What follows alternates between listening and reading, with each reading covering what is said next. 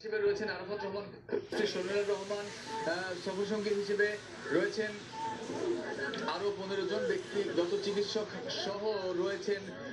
কাতারের আমিরের কাতার থেকে আসা 4 জন চিকিৎসক ও প্যারামেডিক,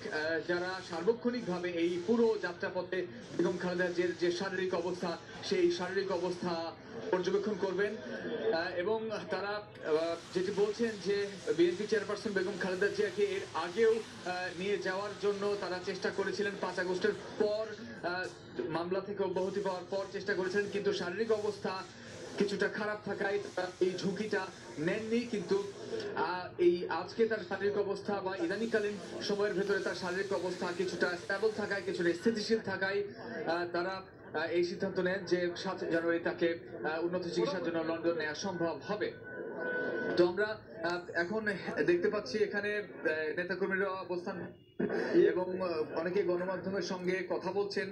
যদিও এখানকার আনুষ্ঠানিক কার্যক্রম সবই সমাপ্ত বলা চলে, শুধু